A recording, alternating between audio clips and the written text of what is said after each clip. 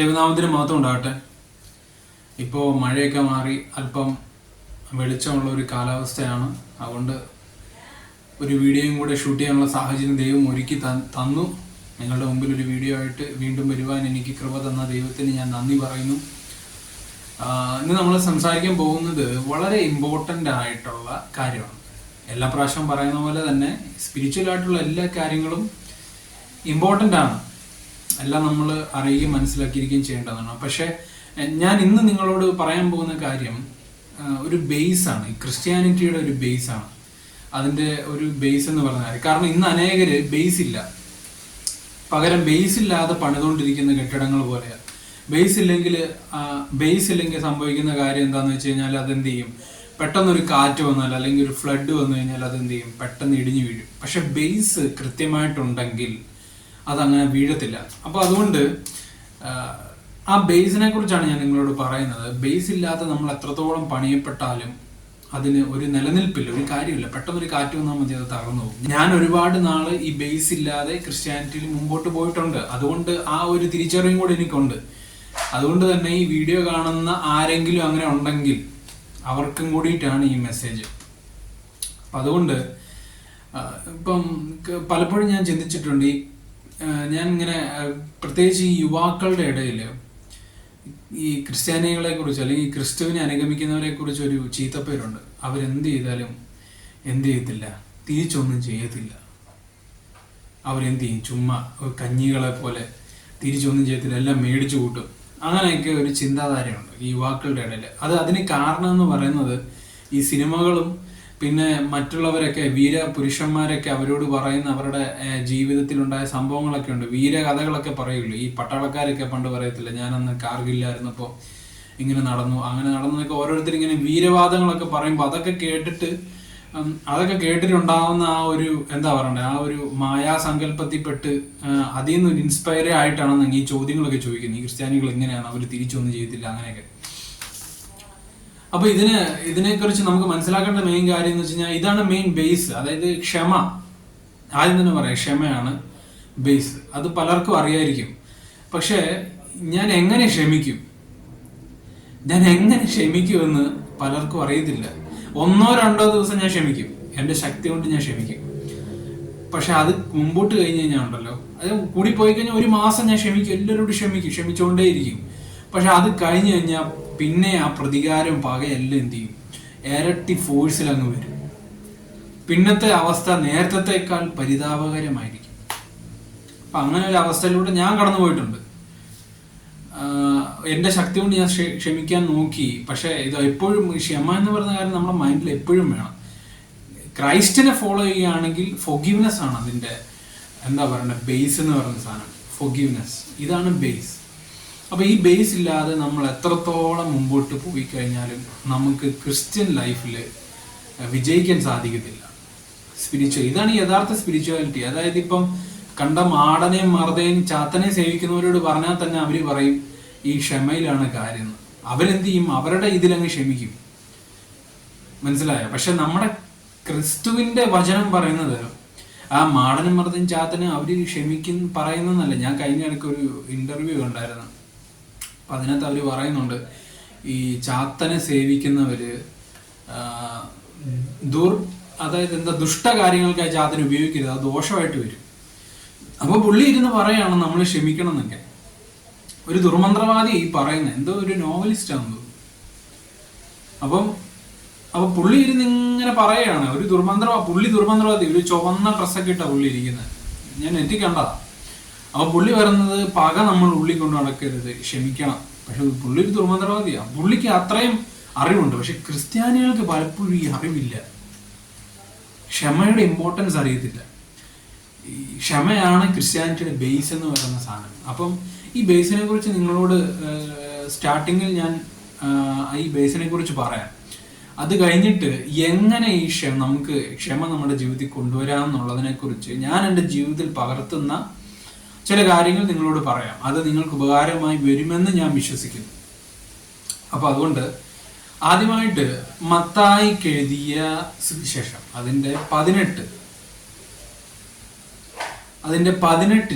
23 മുതൽ കർത്താവ് സ്വർഗരാജ്യത്തെക്കുറിച്ചൊരു ഉപമ പറയുക. സ്വർഗരാജ്യം തന്റെ ദാസന്മാരുമായി കണക്ക് തീർപ്പാൻ ഭാവിക്കുന്ന ഒരു രാജാവിനോട് സദൃശ്യം. അവൻ കണക്ക് നോക്കി തുടങ്ങിയപ്പോൾ 10,000 താലന്ത് കടംപെട്ട ഒരുത്തനെ അവന്റെ അടുക്കൽ കൊണ്ടുവന്നു. അവന് വീട്ടുവാൻ വകയില്ലാകിയാൽ അവന്റെ യജമാനൻ അവനെയും ഭാര്യയും മക്കളെ അവനുള്ളതൊക്കെയും വിറ്റ് കടം തീർപ്പാൻ കൽപ്പിച്ചു. അതുകൊണ്ട് ആ ദാസൻ വീണ് അവനെ നമസ്കരിച്ച്, യജമാനൻ എന്നോട് ക്ഷമ തോന്നണമേ, ഞാൻ സകലവും തന്നു തീർക്കാമെന്ന് പറഞ്ഞു. അപ്പോൾ ആ ദാസന്റെ യജമാനൻ മനസ്സറിഞ്ഞ് അവനെ വിട്ടയച്ചു, കടവും ഇളച്ചു കൊടുത്തു. ആ ദാസൻ പോകുമ്പോൾ തനിക്ക് 100 വെള്ളിക്കാശ് കടംപെട്ട ഒരു കൂട്ടുദാസനെ കണ്ട് തൊണ്ടയ്ക്ക് പിടിച്ച് ഞെക്കി, നിന്റെ കടം തീർക്കുക എന്ന് പറഞ്ഞു. അവന്റെ കൂട്ടുദാസൻ, എന്നോട് ക്ഷമ തോന്നണമേ, ഞാൻ തന്നു തീർക്കാം എന്ന് അവനോട് അപേക്ഷിച്ചു. എന്നാൽ അവൻ മനസ്സില്ലാതെ ഉടനെ ചെന്ന് കടം വീട്ടുവോളം അവനെ തടവിലാക്കി വെച്ചു. ഈ സംഭവിച്ചത് അവന്റെ കൂട്ടുദാസന്മാർ കണ്ടിട്ട് വളരെ ദുഃഖിച്ചു. ചെന്ന് സംഭവിച്ചതൊക്കെ യജമാനെ ബോധിപ്പിച്ചു. യജമാൻ അവനെ വിളിച്ചു, ദുഷ്ടദാസനെ, നീ എന്നോട് അപേക്ഷിക്കാൻ ഞാൻ ആ കടമൊക്കെയും ഇളച്ചു തന്നുവല്ലോ. എനിക്ക് നിന്നോട് കരുണ തോന്നിയതുപോലെ നിനക്കും കൂട്ടുദാസനോട് കരുണ തോന്നേണ്ടതല്ലയോ എന്ന് പറഞ്ഞു. അങ്ങനെ യജമാനൻ കോപിച്ച് അവൻ കടമൊക്കെയും തീർക്കുവോളം അവനെ ദണ്ഡിപ്പിക്കുന്നവരുടെ കയ്യിൽ ഏൽപ്പിച്ചു. നിങ്ങൾ ഓരോരുത്തരും സഹോദരനോട് ഹൃദയപൂർവ്വം ക്ഷമിക്കാഞ്ഞാൽ സ്വർഗസ്നായ എന്റെ പിതാവ് അങ്ങനെ തന്നെ നിങ്ങളോട് ചെയ്യും. കഴിഞ്ഞൊരു ദിവസമാണ് ഞാൻ ഈ ഭാഗം ശ്രദ്ധയോടെ വായിക്കുന്നത്. അപ്പൊ ഈ ഒരു ഭാഗത്ത് ഭയങ്കര ഇമ്പോർട്ടൻ്റ് ആയിട്ടുള്ള ഒരു കാര്യമാണ് പറയുന്നത്. അതായത് കർത്താവ് ഒരു ഉപമ പറഞ്ഞിരിക്കുകയാണ്. ഒരു വ്യക്തി യജമാനന്റെ അടുത്ത് പോയിട്ട് അവന് കട ഇളച്ചു കിട്ടി, മനസ്സലിഞ്ഞു. ആ യജമാനൻ പിതാവായ ദൈവത്തെയാണ് കാണിക്കുന്നത്. പിതാവ് എന്ത് ചെയ്തു? അവന്റെ കുറ്റം ക്ഷമിച്ചു. എന്നിട്ട് അവൻ പോകുന്ന വഴിക്ക് അവനോട് കടംപെട്ട ഒരുത്തനെ പിടിച്ച് അവൻ എന്ത് ചെയ്തു? ഞെക്കിട്ട് പറഞ്ഞു, എന്റെ കടം തരണം എന്ന് പറഞ്ഞ് അവനെ ക്രൂരതയുടെ ഇതാക്കി അവനെ തടവിലാക്കി വെച്ചു.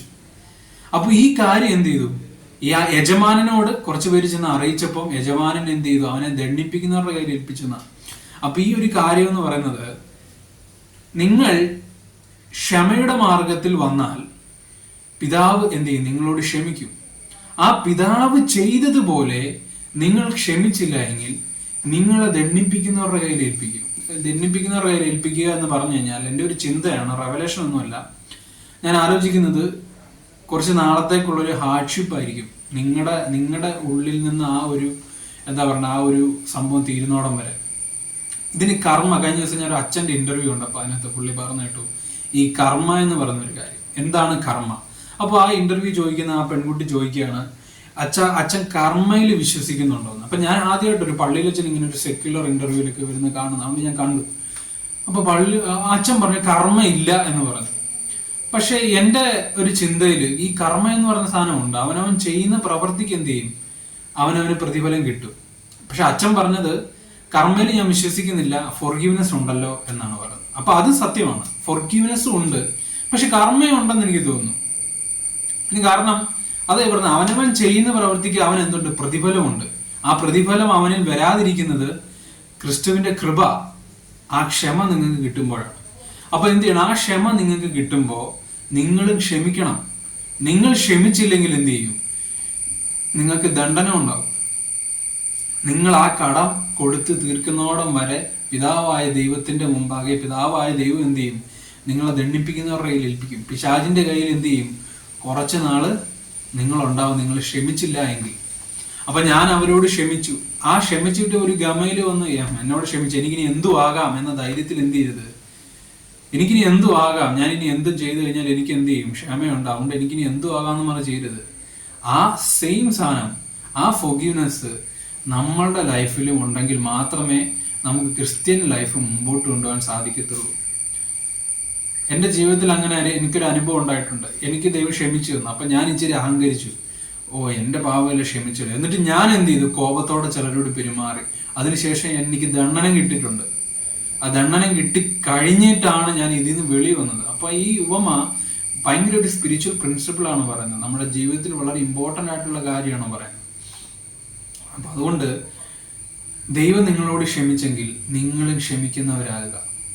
അപ്പൊ അതിന് എഫേസ്യർക്ക് എഴുതിയ ലേഖനം 5:1. ഇനി ഞാൻ പറയുന്നത് ആ ക്ഷമ, ഞാൻ ക്ഷമിക്കണം നിങ്ങളോട് പറയുമ്പം നിങ്ങൾ വിചാരിക്കുക യെസ് ഞാൻ ക്ഷമിക്കാം. പക്ഷെ ഞാൻ ഇതിന്റെ റിയാലിറ്റി നിങ്ങളോട് പറയാം. 1-2 മാസം നമുക്ക് ക്ഷമിക്കാൻ സാധിക്കും. പിന്നീട് എന്ത് ചെയ്യത്തില്ല, ഈ ക്ഷമ നമുക്ക് നമ്മുടെ ജീവിതത്തിൽ പകർത്താനായിട്ട് സാധിക്കില്ല. ഇതിന് ദൈവത്തിന്റെ ഒരു വലിയ കൃപ വേണം.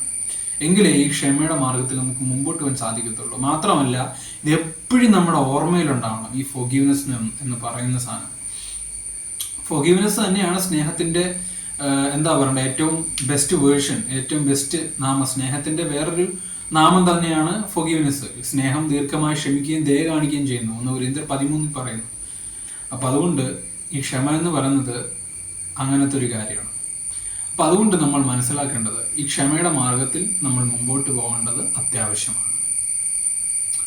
എഫേസ്യർക്ക് എഴുതിയ ലേഖനം 5:1 ആകയാൽ പ്രിയ മക്കൾ എന്ന പോലെ ദൈവത്തെ അനുകരിപ്പിൻ. Imitate God. എങ്ങനെ ഇമിറ്റേറ്റ് ചെയ്യണം? പിതാവായ ദൈവത്തെ ഇമിറ്റേറ്റ് ചെയ്യണം ഓരോ വിശ്വാസികളും. എങ്ങനെ? ക്ഷമിച്ചുകൊണ്ട്. ദൈവത്തെ ഇമിറ്റേറ്റ് ചെയ്യുക എന്ന് പറയുമ്പം നമ്മൾ ഉടനെ ചിന്തിക്കും നമ്മുടെ കയ്യിൽ ദാവീദ്, ഗിദയോൻ തുടങ്ങി വീരകൃത്യങ്ങളൊക്കെ ചെയ്തവരായിരിക്കും നമ്മുടെ മുമ്പിൽ വരിക. പക്ഷെ ദൈവം പറഞ്ഞൊരു സിമ്പിൾ കാര്യമാണ്, നിങ്ങൾക്ക് എന്നെ ഇമിറ്റേറ്റ് ചെയ്യാൻ. Simple but powerful. അത് ഇമ്പോർട്ടൻ്റ് ആണ്. സിമ്പിൾ ആണ് പക്ഷെ ഭയങ്കര പവർഫുൾ ആണ്. ഈ ഒരു കാര്യത്തിലൂടെ നമുക്ക് ദൈവത്തെ എന്ത് ചെയ്യാം? ഇമിറ്റേറ്റ് ചെയ്യാൻ സാധിക്കും. എങ്ങനെ? ക്ഷമയുടെ മാർഗത്തിൽ, ക്ഷമയുടെ കാര്യത്തിൽ ദൈവത്തെ അനുകരിപ്പിൻ. അതിന്റെ ബാക്കി 4 അവസാനത്തോട് വായിക്കുമ്പോഴാണ് അതിനകത്ത് 4:32, 5:1 മുമ്പ് 4:32 എൻ്റെ ഏറ്റവും അവസാനം. നിങ്ങൾ തമ്മിൽ ദയ മനസ്സിലെയുമുള്ളവരായ ദൈവം ക്രിസ്തുവിൽ നിങ്ങളോട് ക്ഷമിച്ചതുപോലെ അന്യോന്യം ക്ഷമിക്കുക. അതാണ് ഇമ്പോർട്ടന്റ്. അതായത് പിതാവായ ദൈവം നമ്മളോട് എങ്ങനെ ക്ഷമിക്കുന്നു? ക്രിസ്തുവിൽ നമ്മളോട് ക്ഷമിക്കുന്നു. ക്രിസ്തു ആ ശിക്ഷ ഏറ്റെടുത്തത് കൊണ്ട് പിതാവായ ദൈവം എന്ത് ചെയ്യുന്നു? നമ്മളോട് ക്ഷമിക്കുന്നു. ഇതാണ് ക്ഷമയുടെ ക്രൈറ്റീരിയ. നമ്മൾ ക്രിസ്തുവിൽ വിശ്വാസം അർപ്പിച്ചത് കൊണ്ട് നമ്മുടെ പാപങ്ങൾ എന്ത് ചെയ്യുന്നു? പിതാവ് ക്ഷമിച്ചു തരുന്നു. അതുപോലെ നമ്മൾ എന്ത് ചെയ്യണം? ക്രിസ്തുവിൽ ക്ഷമിക്കുക, പിതാവിനെ അനുകരിക്കുക. നിങ്ങളോട് തെറ്റ് ചെയ്യുന്ന ഒരാളോട് നിങ്ങൾ മനസ്സിൽ ചിന്തിച്ചാൽ മതി, ഞാൻ പിതാവിനെ അനുകരിക്കുന്നു, ക്രിസ്തുവിൽ ഞാൻ എന്ത് ചെയ്യുന്നു? അയാളോട് ക്ഷമിക്കുന്നു. ക്രിസ്തുവിൽ ഞാൻ ക്ഷമിക്കുന്നു, പിതാവ് ചെയ്തതുപോലെ. അപ്പോൾ നിങ്ങൾ എന്ത് ചെയ്യും? നിങ്ങളുടെ മനസ്സിൽ അപ്പോൾ ഒരു വലിയൊരു പോസിറ്റിവിറ്റി ഉണ്ടാവും.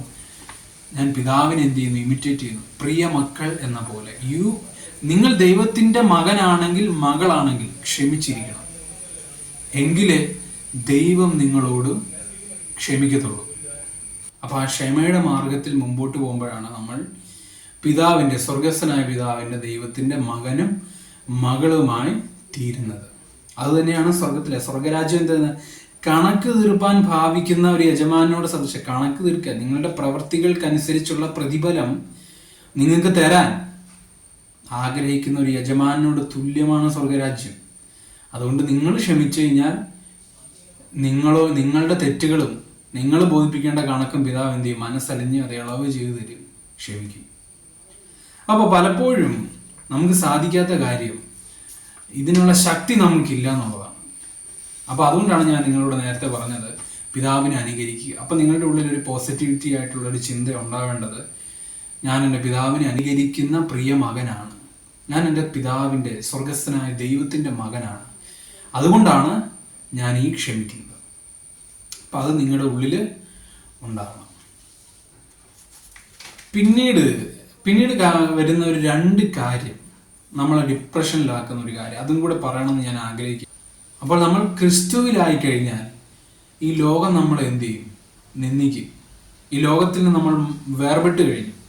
നമുക്കൊരു വേർതിരിവ്, ഒരു ഡിസൈൻമെന്റ് ഉണ്ട്. നമ്മൾ ഈ ലോകത്തിന്റെ മക്കളല്ല. അതുകൊണ്ട് എന്ത് ചെയ്യും? ഈ ലോകത്തിലെ ആൾക്കാരെന്ത് ചെയ്യും? നമ്മളെ പലതരത്തിൽ നിന്ദിക്കും, പരിഹസിക്കും. ഇതെല്ലാം ഉണ്ടാവും. ക്രിസ്തുവിനെ അനുഗമിക്കാൻ ആഗ്രഹിക്കുന്ന ഒരു വ്യക്തിക്ക് എന്തുണ്ടാവും? ശോധന ഉണ്ടാവും. അപ്പൊ അതുകൊണ്ട് തന്നെ അതിനെ നമ്മൾ നേരിടാൻ തയ്യാറായിട്ടിരിക്കണം.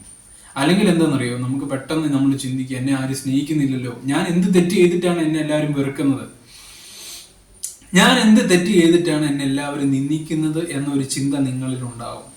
അതിന് കാരണം, നിങ്ങൾ ഈ ലോകത്തിൽ നിന്ന് ക്രിസ്തുവിലായി കഴിഞ്ഞാൽ നിങ്ങൾ ഈ ലോകത്തിൽ നിന്ന് സെപ്പറേറ്റഡ് ആയി. നിങ്ങളെ തെരഞ്ഞെടുത്തു ദൈവം, ക്രിസ്തുവിലാക്കി. നിങ്ങൾ ആ റെമനൻ്റാണ്, നിങ്ങൾ ആ തെരഞ്ഞെടുക്കപ്പെട്ട ഒരു കൂട്ടത്തിലായിട്ട് മാറി. അപ്പൊ അതുകൊണ്ട് ഈ ഒരു സത്യം നിങ്ങൾ തിരിച്ചറിഞ്ഞില്ലെങ്കിൽ നിങ്ങളുടെ മുമ്പോട്ടുള്ള ക്രിസ്തീയ പാതയിൽ നിങ്ങൾ ഡിപ്രഷനിലായി പോകും, അല്ലെങ്കിൽ നിരാശയിലായി പോകും. അപ്പൊ അതുകൊണ്ട് സന്തോഷിക്കാൻ ഒരു കാര്യം ഞാൻ നിങ്ങളോട് പറയാം.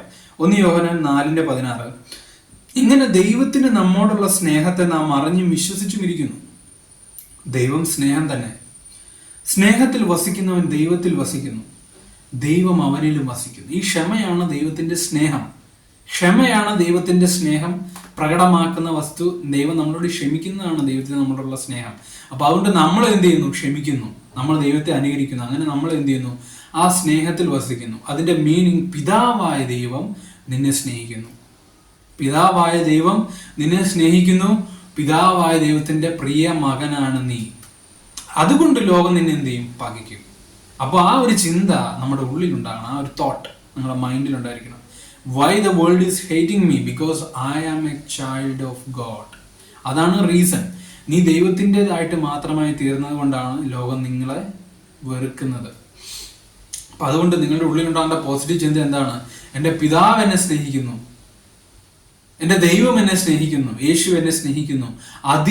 ആ സ്നേഹത്തിന് പകരമായിട്ട് വേറൊരു സ്നേഹമില്ല. മനുഷ്യന്റെ സ്നേഹം ഇന്ന് അല്ലെങ്കിൽ നാളെ എന്ത് ചെയ്യും? അത് മാറാൻ സാധ്യതയുണ്ട്. അത് ടെമ്പററിയാണ്. നമുക്ക് പറയാൻ പ്രെഡിക്റ്റ് ചെയ്യാൻ സാധിക്കത്തില്ല. എപ്പോൾ വേണമെങ്കിലും നമ്മളുടെ സുഹൃത്തുക്കളായവർ ശത്രുവായി തീരാൻ, ശത്രുവായവർ മിത്രമായി തീരാൻ. അത് എപ്പോൾ വേണമെങ്കിലും അത് സംഭവിക്കാം. അതങ്ങനെയാണ് മനുഷ്യന്റെ സ്നേഹം എന്ന് പറയുന്നത്. പക്ഷെ ദൈവത്തിന്റെ സ്നേഹം അങ്ങനെയല്ല. എല്ലായ്പ്പോഴുമുള്ള ആ സ്നേഹം, ദൈവത്തിന്റെ സ്നേഹം, ആ സ്നേഹം നിങ്ങൾക്കുണ്ടെങ്കിൽ അതിനപ്പുറത്തേക്ക് വേറെ വല്ലതും വേണം. ആ സ്നേഹം പോരെ നിങ്ങൾക്ക്. നിങ്ങളെ കരുതാൻ, നിങ്ങളുടെ ഏത് പ്രശ്നത്തിലും, ഏത് ആപത്തിലും, ഏത് സങ്കടത്തിലും ആ സ്നേഹം നിങ്ങളോട് കൂടെ ഉണ്ടെങ്കിൽ അതിനപ്പുറത്തേക്ക് ഒരു കാര്യമില്ല നിങ്ങൾക്ക് നേടാനായിട്ട്. ഈ ലോകത്തിൽ നിങ്ങൾ നേടിക്കഴിഞ്ഞു ആ സ്നേഹം നിങ്ങൾക്കുണ്ടെങ്കിൽ. അപ്പം ആ സ്നേഹം നിങ്ങൾക്കുണ്ടെങ്കിൽ അതാണ് ഏറ്റവും ഹാപ്പിനെസ്. ആ സ്നേഹം നിങ്ങളെ സന്തോഷകരമായ ഒരു മൈൻഡിലേക്ക് നിങ്ങൾ നടത്തും. ആ സ്നേഹം നിങ്ങൾക്കുണ്ടെന്നുള്ളത് നിങ്ങൾക്ക് ആശ്വാസമായിട്ട് നിങ്ങളുടെ ഉള്ളിൽ എല്ലായ്പ്പോഴും ഉണ്ടായിരിക്കണം. പിതാവിൻ്റെ സ്നേഹം നിങ്ങളിലുണ്ട്. പിതാവ് നിങ്ങളെ സ്നേഹിക്കുന്നു, പുത്രൻ നിങ്ങളെ സ്നേഹിക്കുന്നു. അതുകൊണ്ട് ദൈവം, ആ പിതാവും പുത്രനും പരിശുദ്ധാത്മാവും ദൈവം നിങ്ങളെ സ്നേഹിക്കുന്നു. ആ സ്നേഹത്തിന് തുല്യമായ ഒരു സ്നേഹവും ഇല്ല. മനുഷ്യർ എന്നെ സ്നേഹിച്ചില്ലെങ്കിലും കുഴപ്പമില്ല, എൻ്റെ ദൈവം എന്നെ സ്നേഹിക്കുന്നു, ആ സ്നേഹം എനിക്ക് മതി എന്ന് നിങ്ങൾ ചിന്തിച്ചു കഴിഞ്ഞാൽ നിങ്ങൾക്ക് ഒരുപാട് കാര്യങ്ങളിൽ ആശ്വാസം കണ്ടെത്താൻ സാധിക്കും. അത് ഒന്നാമത്തെ കാര്യം. രണ്ടാമത്തെ കാര്യം വളരെ ഇമ്പോർട്ടൻ്റ് ആണ്, റിവെഞ്ച്, പക. ഈ റിവെഞ്ച് ഇല്ലാത്ത സിനിമകളില്ല, റിവെഞ്ച് ഇല്ലാത്ത ഒരു കാര്യമില്ല. റിവെഞ്ച് തന്നെയാണ് തോട്ട് എന്ന് പറയുന്നത്. ഈ ലോകത്തിൽ എങ്ങനെയാണ് success is the greatest revenge എന്നൊക്കെ ഞാൻ നേരത്തെ ഒരു വീഡിയോയിൽ പറഞ്ഞിട്ടുണ്ട്. അപ്പം റിവെഞ്ച് ചെയ്യുക, പ്രതികാരം ചെയ്യുക. എങ്ങനെ? ഒന്നല്ലെങ്കിൽ മറ്റൊരു തരത്തിൽ പ്രതികാരം ചെയ്ത് ഞാൻ അവരുടെ മുമ്പിൽ ജയിക്കുക എന്ന് പറയുന്നത് എന്താ പറയണ്ടേ? നമ്മുടെ ഒരു മോട്ടീവായി, മനുഷ്യന്റെ ഒരു മോട്ടീവായിട്ട് മാറിക്കഴിഞ്ഞു. ഈ കാലത്തിൽ അതിന് ഭയങ്കര ഇമ്പോർട്ടൻസാണ് പ്രതികാരത്തിന്. അതിനു വേണ്ടിയിട്ടാണ് പലരും ജീവിക്കുന്നത്. എനിക്ക് അവരുടെ മുമ്പിൽ ജയിച്ചു കാണിക്കണം, എനിക്ക് അവരുടെ മുമ്പിൽ വിജയിച്ചു കാണിക്കണം, ഞാൻ ആരാന്നൊക്കെ തെളിയിച്ചു കാണിക്കണം. പക്ഷെ വചനം എന്തു പറയുന്നു എന്ന് റോമർക്ക് എഴുതിയ ലേഖനം 12:19 ഒരു കാര്യം പറയുന്നുണ്ട്. പ്രിയമുള്ളവരെ, നിങ്ങൾ തന്നെ പ്രതികാരം ചെയ്യാതെ ദൈവ കോപത്തിന് ഇടം കൊടുപ്പീൻ. പ്രതികാരം എനിക്കുള്ളത്, ഞാൻ പകരം ചെയ്യുന്ന കർത്താവ് അരുളി ചെയ്യുന്നു. അപ്പൊ ഇതിനപ്പുറത്തേക്ക് വേറൊരു കാര്യമുണ്ടോ? കർത്താവ് പറയുന്നത് പ്രതികാരം എനിക്കുള്ളത്, ഞാൻ ചെയ്യും. അപ്പൊ നിങ്ങൾ അത് ചിന്തിച്ചാൽ മതി. പ്രതികാരം എന്ന് പറഞ്ഞ് ദൈവം കൊടുത്തോളൂ. ആരാണ് പ്രതികാരം ചെയ്യുന്നവൻ? ദൈവമാണ്. അതുകൊണ്ട് നിങ്ങൾക്ക് സ്വസ്ഥതയിൽ പ്രവേശിക്കാൻ സാധിക്കും. നിങ്ങൾക്ക് സ്വസ്ഥതയിൽ പ്രവേശിക്കാൻ സാധിക്കും. കാരണം നിങ്ങൾ പിന്നെ ചിന്തിക്കത്തില്ല ഞാൻ ഇനി എന്ത് പകരം ചെയ്യും. ഇല്ലെങ്കിൽ എന്താണ്, എനിക്ക് അവരുടെ മുമ്പിൽ അവൻ എന്നെ കളിയാക്കി, അല്ലെങ്കിൽ ഇതിന് പ്രതികാരം അവരുടെ മുമ്പിൽ ജയിക്കണമെന്ന് നിങ്ങളുടെ മൈൻഡ് അസ്വസ്ഥമാണ്. നിങ്ങൾ ചിന്തിച്ചുകൊണ്ടിരിക്കുക എന്തെങ്കിലും വഴികൾ, പലതരത്തിലുള്ള കാര്യങ്ങൾ പലതരത്തിലുള്ള വഴികൾ നിങ്ങൾ അന്വേഷിച്ചുകൊണ്ടിരിക്കും പ്രതികാരം ചെയ്യാൻ, അല്ലെങ്കിൽ അവരുടെ മുമ്പിൽ ഒന്ന് ജയിച്ചു കാണിക്കാൻ. പക്ഷെ ഇത് ദൈവത്തിന്റെ കാര്യത്തിലേക്ക് കൊടുത്തു കഴിഞ്ഞാലുണ്ടല്ലോ, ആശ്വാസമായിരിക്കും, സ്വസ്ഥതയായിരിക്കും. അത് ദൈവം ചെയ്തോളൂ. കർത്താവിനെ വാക്യത്തിൽ പറഞ്ഞു, ഞാൻ പകരം ചെയ്യും. അത് ദൈവത്തിന്റെ ഡ്യൂട്ടി, ദൈവത്തിന്റെ കടമയാണത്. നിങ്ങൾ ദൈവത്തിന്റെ മകനാണെങ്കിൽ നിങ്ങൾ ഉപദ്രവിക്കുന്നവർക്ക് പകരം ദൈവം കൊടുത്തോളൂ. അപ്പൊ അത് ദൈവത്തിന്റെ കാര്യത്തിലോട്ട് കൊടുക്കുക. നിങ്ങൾ തന്നെ പ്രതികാരം ചെയ്യാതിരിക്കുക. നിങ്ങൾ പ്രതികാരം ചെയ്യുമ്പോൾ ദൈവത്തിന്റെ മകനല്ലാതായി തീരുക. നിങ്ങൾ എന്ത് ചെയ്യുക? ക്ഷമിക്കുക. അവരോട് വളരെ സ്വീറ്റായി, വളരെ മാന്യമായി ഇടപെടുക. കാരണം നിങ്ങൾ ആ നിലവാരത്തിൽ വരണമെന്നാണ് ദൈവം ആഗ്രഹിക്കുന്നത്. ആ high standard of living, heaven plan ചെയ്യുന്ന ആ സ്റ്റാൻഡേർഡ്, ഹെവൻലി സ്റ്റാൻഡേർഡ്, അതാണ്. ആ ദൈവം പ്രതികാരം ചെയ്തോളൂ. നിങ്ങൾ അവരോട് സ്നേഹത്തോടെ, ക്ഷമയോടെ ഇടപെടുക. അതാണ് Christian way, the Christian spirituality എന്ന് പറയുന്നത്. ക്ഷമ എന്ന് പറയുന്നത് ബേസ് ആണ്. അതുകൊണ്ട് ഈ രണ്ട് കാര്യങ്ങളിൽ നിങ്ങൾ വളരെയേറെ എന്താ പറയണ്ടേ, ഈ മെസ്സേജ് നിങ്ങൾക്ക് വളരെ അനുഗ്രഹമായിരിക്കുമെന്ന് ഞാൻ ഉറച്ച് വിശ്വസിക്കുകയാണ്. കാരണം ഞാൻ എൻ്റെ ജീവിതത്തിൽ ഫോളോ ചെയ്യുന്ന കാര്യമാണ്. അല്ലാതെ ഞാൻ നിങ്ങൾക്ക് വേണ്ടി ഒരു മെസ്സേജ് തയ്യാറാക്കണമെന്ന് പറഞ്ഞു കഴിഞ്ഞാൽ ചെയ്യുമല്ല. ഇത് ഞാൻ എൻ്റെ ലൈഫിൽ ഫോളോ ചെയ്യുന്നതാണ്. അതുകൊണ്ട് എനിക്ക് ഭയങ്കര ആശ്വാസമുണ്ട്, സ്വസ്ഥതയുണ്ട്. അതുകൊണ്ടാണ് ഞാൻ നിങ്ങളോട് ഇത് പറയുന്നത്. അത് മാത്രമല്ല, ദൈവാത്മാവ് എന്നെ പ്രേരിപ്പിച്ചതുകൊണ്ടും കൂടിയാണ് ഞാൻ നിങ്ങളോട് ഇത് പറയുന്നത്. അതുകൊണ്ട് ക്ഷമ എന്ന് പറയുന്നതാണ് ബേസ്. നിങ്ങൾ ക്ഷമിക്കുന്നവരാകണം. പ്രതികാരം ദൈവത്തിന് കൊടുക്കണം. ദൈവം അത് ചെയ്തോളും.